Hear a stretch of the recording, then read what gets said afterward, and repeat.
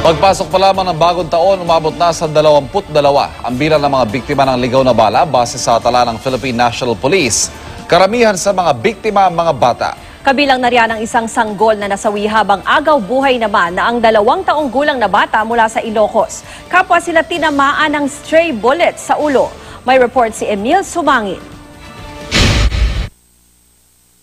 Naputol ang kasayahan ng pamilya Liagas sa Kawayan, Ilocos Sur nang biglaang umiyak ang 3 buwang gulang na si Baby Von Alexander. Mahimbing noon ang bata sa loob ng kwarto katabi ng kanyang ama. Ang inakala nilang pagluha dahil sa gutom. Huling pag-iyak na pala ng bata dahil ang ligaw na balang tumagos sa bubong ng kanilang bahay, dumiretso sa ulo ng sanggol. Di kalda ti alas 12 manang mangmangang kami, di kon mangnigmeten. Bigla may nga nagsangi da jay ubingin. Mapamikitain, dara-dara medyo ulunan. Ang bunso ng pamilya Liagas, wala ng buhay nang dumating sa ospital. Agaw buhay naman ang 2 taong gulang na batang ito sa San Nicolas, Ilocos Norte. Nagpapahinga sa salas ang bata nang tamaan din ng ligaw na bala sa ulo. Dasal ngayon ng pamilya ng biktima. Sana makaligtas ang musmos at mapanagot ang mga walang habas na nagpapaputok ng baril tuwing bagong taon. Ito rin ang hiling ng binatilyong si Willie na taga-Bantay, Ilocos Sur. Naglalakad lang siya kagabi nang biglang makaramdam ng sakit sa kanyang kanang kamay. Bumaon na pala ang isang ligaw na bala dito. At hanggang ngayon, hindi pa rin maikilos ng binatilyo ang braso. Sa Tantangan, South Cotabato, iniinda naman ng 9 taong gulang na si Wilson ang sugat sa kanyang kaliwang braso. Kinailangan siyang operahan dahil napuruhan ang kanyang buto matapos tumagos ang ligaw na bala sa kanyang braso.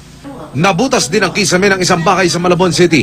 Nakita sa loob ang slag ng bala ng kalibre 45. Ikinabahala ito ng may-ari ng bahay pero kahit papaano, nagpapasalamat silang wala ang kanilang buong pamilya sa loob ng tumagos ang bala. First day pa lang sobrang blessing na sa amin niya na naiiwas kami sa disgrasya. Naintindihan na po namin na kailangan ng lahat ng proteksyon pero sana gamitin sa ayos. Sa tala ng Philippine National Police, umabot na sa 22 ang biktima ng ligaw na bala mula December 16 hanggang ngayong araw.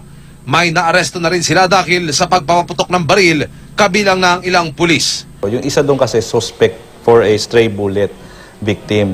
So doon sa 4, yung isa suspect for a stray bullet victim, yung 3 naman yung unauthorized discharge of firearm na nagmumula sa Region 5, Region 8 at saka Region 1. Under arrest po sila at sila ay kakasuhan not only criminally but administratively. Pero sa tala ng DOH, siyang pa lang ang itatalang biktima ng stray bullet. Kasi chinecheck, double check namin, yun ay may kinalaman talaga sa pagsalubong ng Kapaskuhan o bagong taon at hindi po siya kasama doon sa isang criminal activity or domestic violence. Ang reporting ho natin sa 50 Sentinel Hospitals. So kung hindi po doon dinala yung pasyente, hindi po namin mairi-report. Sa kuha ng CCTV sa Barangay 119 sa Caloocan, makikita ang pamamaril ng 2 lalaki 10 minuto bago ang pagsalubong sa bagong taon.